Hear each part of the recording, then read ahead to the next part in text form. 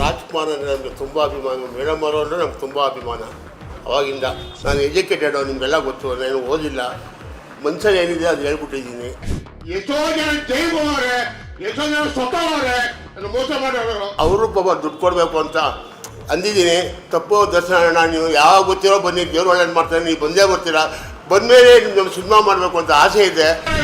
ಇಲ್ಲ ದೇವ್ರು ತಗೊಂಡ ನೀನ್ ಮೋಸ್ಕರ ಬಾ ಮೇಲೆ ನಿನ್ನಿಂದ ಅನುಕೂಲ ಆಗಲ್ಲ. ಪುನೀತ್ ಸರ್ ನಮ್ಮ ದೇವರೇ ಅವರು.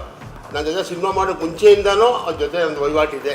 ಕಾರಣ ಇಷ್ಟೇ, ನನ್ನ ಕಾಟನ್ಪೇಟೆ ಗೇಟ್ ರಿಲೀಸ್ ಆಗಬೇಕಾಗಿತ್ತು, ಸ್ವಲ್ಪ ಹಣದ ಅವಶ್ಯಕತೆ ಇತ್ತು. 3 ಸಿನಿಮಾ ಮಾಡಿದ್ದೀನಿ ಧ್ರುವ ಅವರೇ. ಈ ಸಂದರ್ಭದಲ್ಲಿ ಕೇಳ್ತಾ ಇದ್ದೀನಿ, ನಾನೊಬ್ಬ ಹಳ್ಳಿ ಹುಡುಗ.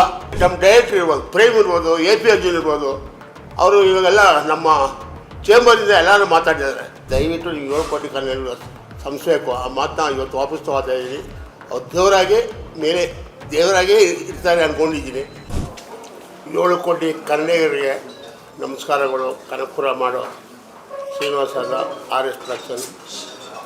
ನಾನು ಕೆಲವು ಮೊನ್ನೆ ಕಾಟನ್ಪೇಟೆ ಗೇಟಲ್ಲಿ ನಿಮಗೆಲ್ಲ ಗೊತ್ತಿರೋ ವಿಚಾರವಾಗಿ ಎಮೋಷನಲ್ ಆಗಿ ಅಲ್ಲಿ ಕೆಲವು ವಿಚಾರಗಳು ಮಾತಾಡ್ಬಿಟ್ಟೆ. ಕಾರಣ ಇಷ್ಟೇ, ನನ್ನ ಕಾಟನ್ಪೇಟೆ ಗೇಟ್ ರಿಲೀಸ್ ಆಗಬೇಕಾಗಿತ್ತು, ಸ್ವಲ್ಪ ಹಣದ ಅವಶ್ಯಕತೆ ಇತ್ತು. ಅದು ತುಂಬ ದುಃಖದಿಂದ.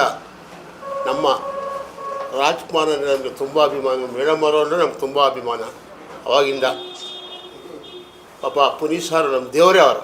ನನ್ನ ಜೊತೆ ಸಿನಿಮಾ ಮಾಡೋಕ್ಕೆ ಮುಂಚೆಯಿಂದನೂ ಅವ್ರ ಜೊತೆ ಒಂದು ವಹಿವಾಟಿದೆ. ಅದು ಮುಂಚೆಯಿಂದನೇ ಕನಕಪುರಕ್ಕೆ ಬರ್ತಾಯಿದ್ರು. ಏನೋ ಮೊನ್ನೆ ಕಾಟನ್ಪೇಟೆ ಗೇಟಲ್ಲಿ ಒಂದು ಮಯೂರ ಅಂತ ಪಿಕ್ಚರ್ ಓಪನ್ ಮಾಡಿದ್ದೆ, ಅದಕ್ಕೆ ಸಿನಿಮಾ ಆಗಿಲ್ಲ. ಏನೋ ಕಾರಣಾಂತರದಿಂದ ದೇವ್ರನ್ನ ನನ್ನ ದುಡ್ಡುಗೋಸ್ಕರ ತೊಗೊಬಿಟ್ರೆ ಅಂತ ಹೇಳಿದೆ. ದಯವಿಟ್ಟು ನೀವು 7 ಕೋಟಿ ಕನ್ನಡ ಸಂಸ್ಥೆಗೂ ಆ ಮಾತನ್ನ ಇವತ್ತು ವಾಪಸ್ ತಗೋತಾ ಇದ್ದೀನಿ. ಅವ್ರು ದೇವರಾಗೇ ಇರ್ತಾರೆ ಅಂದ್ಕೊಂಡಿದ್ದೀನಿ. ಹಂಗೆ ಇರಲಿ ಅಂತ ಈ ಸಂದರ್ಭದಲ್ಲಿ ಹೇಳ್ತಾ ಇದ್ದೀನಿ. ಶಿವರಾಜ್ ಕುಮಾರ್ ಇರ್ಬೋದು, ಅವ್ರು ನಮ್ಗೆ ಎಷ್ಟೋ ಸಹಾಯಗಳು ಮಾಡಿದ್ದಾರೆ. ನಮ್ಮ ಸ್ಕೂಲೆಲ್ಲ ಬಂದು ಓಪನ್ ಮಾಡಿಕೊಟ್ಟಿದ್ದಾರೆ. 5 ಸಿನಿಮಾ ಮಾಡಿದ್ದೀನಿ. ಅವ್ರು ಯಾವಾಗ ಅವ್ರ ಉಪಕಾರ, ಗೀತಮ್ಮ ಅವ್ರದ್ದು ಇರ್ಬೋದು, ಅವ್ರದ್ದಿರ್ಬೋದು, ಅವ್ರ ಉಪಕಾರ ನಾವು ಯಾವಾಗೂ ಮರೆಯೋಂಗಿಲ್ಲ. ಏನೋ ಸಂದರ್ಭದಲ್ಲಿ ಏನೋ ಸಣ್ಣ ಪಣ್ಣ ಮಾತು ಏನಾರ, ನಾನು ಎಜುಕೇಟೆಡ್, ನಿಮಗೆಲ್ಲ ಗೊತ್ತು, ನಾನು ಓದಿಲ್ಲ. ಮನ್ಸಲ್ಲಿ ಏನಿದೆ ಅದು ಹೇಳ್ಬಿಟ್ಟಿದ್ದೀನಿ. ಶಿವಣ್ಣ, ದಯವಿಟ್ಟು ನಿಮಗೆ ಕೈ ಮುಗಿ ಹಾಕೋತೀನಿ. ನಿಮ್ಮ ಪಿಕ್ಚರ್ ನಾವು ಇನ್ನೂ ಮಾಡಬೇಕು. ಇಷ್ಟೇ ಅಲ್ಲ, ಆಲ್ರೆಡಿ ನೀವು ಮಾಡಪ್ಪ ಅಂತ ಹೇಳಿದ್ದೀರಾ. ಅದು ನಾನು ಏನಾದ್ರು ತಪ್ಪಾಗಿ ಮಾತಾಡಿದರೆ ದಯವಿಟ್ಟು ಸಂಸ್ಥೆ ಶಿವಣ್ಣವರೇ, ಗೀತಮ್ಮವರೇ, ನಿಮ್ಮನ್ನ ಕೇಳ್ಕೊತೀನಿ.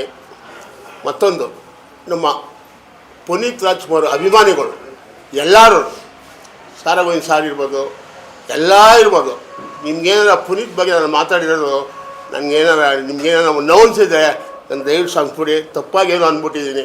ಹಣದ ಅವಶ್ಯಕತೆ ಇತ್ತು ನನಗೆ. ಪಿಕ್ಚರ್ ರಿಲೀಸ್ ಆಗಿಲ್ಲ, ನಿಮಗೆ ಗೊತ್ತು, 2 ವರ್ಷದಿಂದ ಸಿನಿಮಾ ರಿಲೀಸ್ ಆಗ್ತಾಯಿಲ್ಲ. ಹಣ ಥಿಯೇಟ್ರೆಲ್ಲ ಅಡ್ವಾನ್ಸ್ ಕೊಟ್ಟರೆ ಸಿನಿಮಾ ಆಗ್ತೀನಿ ಅಂತವ್ರೆ. ಅದು ಆರ್ಟಿಸ್ಟ್ ಯಾರೂ ಇಲ್ಲ. ಆ ಇದರಿಂದ ನನ್ನ ಸಿನಿಮಾ ರಿಲೀಸ್ ಆಗಲಿ ಅಂತ ದುಃಖದಲ್ಲಿ ಹೇಳಿದ್ದೀನಿ. ಅದು ಬಿಟ್ಟರೆ ಬೇರೆ ಇನ್ನೇನೂ ಇಲ್ಲ, ಇನ್ನೊಂದೂ ಇಲ್ಲ. ನನ್ನ ಪಿಕ್ಚರ್ ರಿಲೀಸ್ ಆಗುತ್ತೆ. ದರ್ಶನ್ ನಮ್ಮ ಹೇಳ್ಬೇಕು ಅಂದರೆ ಮಾಸ್ ಹೀರೋ. ನಾನು ಫಸ್ಟು ಅವ್ರಿಗೆ ಜೊತೆಲಿ ಕುತ್ಕೊಂಡು ವರ್ಷಾಂಗಟ್ಟಲೆ ನಾವು ಮಾಡಿರೋದು. ಅವ್ರೇನೋ ಕಾಸು ಪಾಪ ಮನೆ ಶೂಟಿಂಗ್ ಕೇಳಿದೆ, ಪಾಪ ಕಷ್ಟ ಇರುತ್ತೆ ಏನೋ, ಕರೆಸಿ ನಾನು ಕೊಡ್ತೀನಿ ಶ್ರೀನಿವಾಸ್ ಅವರೇ, ಸ್ವಲ್ಪ ಕಾಲಾವಕಾಶ ಕೊಡಿ ಅಂತ ಕೇಳಿದ್ರು. ಆಯಿತು ಅಂತ ನಾನು ಬಂದ್ಬಿಟ್ಟೆ. ಅವರು ಪಾಪ ದುಡ್ಡು ಕೊಡಬೇಕು ಅಂತ ಅಂದಿದ್ದೀನಿ. ತಪ್ಪು ದರ್ಶನ ಅಣ್ಣ, ನೀವು ಯಾವಾಗ ಗೊತ್ತಿರೋ ಬನ್ನಿ, ದೇವ್ರು ಒಳ್ಳೇದು ಮಾಡ್ತಾರೆ, ನೀವು ಬಂದೇ ಬರ್ತೀರಾ. ಬಂದಮೇಲೆ ನಿಮ್ಮ ಸಿನಿಮಾ ಮಾಡಬೇಕು ಅಂತ ಆಸೆ ಇದೆ. ನನ್ನ ಆಸೆನ ಕನಸು ಮಾಡಿಕೊಡಿ ಅಷ್ಟೇ ಕೇಳ್ಕೊಳ್ಳು. ಧ್ರುವ ಸರ್ಜಾ ಇರ್ಬೋದು, ಅವರು ಅಷ್ಟೇ. ನಾನು ಆಲ್ರೆಡಿ 3 ಸಿನಿಮಾ ಮಾಡಿದ್ದೀನಿ ಧ್ರುವ ಅವರೇ. ಈ ಸಂದರ್ಭದಲ್ಲಿ ಕೇಳ್ತಾ ಇದ್ದೀನಿ, ನಾನೊಬ್ಬ ಹಳ್ಳಿ ಹುಡುಗ. ದಯವಿಟ್ಟು ನೀವು ಆರ್ಟಿಸ್ಟ್ಗಳು ಬೇಕು ನಮಗೆ. ಆರ್ಟಿಸ್ಟ್ ಇದ್ದರೆ ಸಿನಿಮಾ ಮಾಡೋಕ್ಕಾಗಲ್ಲ. ದಯವಿಟ್ಟು ನಮಗೊಂದು ಕಾಸು ಕೊಟ್ಟು ನೀವು ದುಡ್ಡು ಏನೂ ಕೊಡಬೇಡಿ. ನಿಮ್ಗೆ ಏನಾಗಿ ಕೊಡಬೇಕು, ಇವಾಗ ತೊಗೋತಾ ಇದ್ರು ಅಷ್ಟೇ ನಾವು ಕೊಡ್ತೀವಿ. ಒಂದು ಒಳ್ಳೆ ಡೈರೆಕ್ಟ್ರಿಗೆ ಕರ್ಕೊಬರ್ತೀನಿ, ನನಗೆ ಸಿನಿಮಾ ಮಾಡಿಕೊಡಿ. ಅದು ಬಿಟ್ಟರೆ ಬೇರೆ ಇನ್ನೊಂದೂ ಇಲ್ಲ. ಆಮೇಲೆ ನಮ್ಮ ಡೈರೆಕ್ಟ್ರ್ ಇರ್ಬೋದು, ಪ್ರೇಮ್ ಇರ್ಬೋದು, AP ಅರ್ಜುನ್ ಇರ್ಬೋದು, ಅವರು ಇವಾಗೆಲ್ಲ ನಮ್ಮ ಚೇಂಬರಿಂದ ಎಲ್ಲರೂ ಮಾತಾಡಿದ್ದಾರೆ.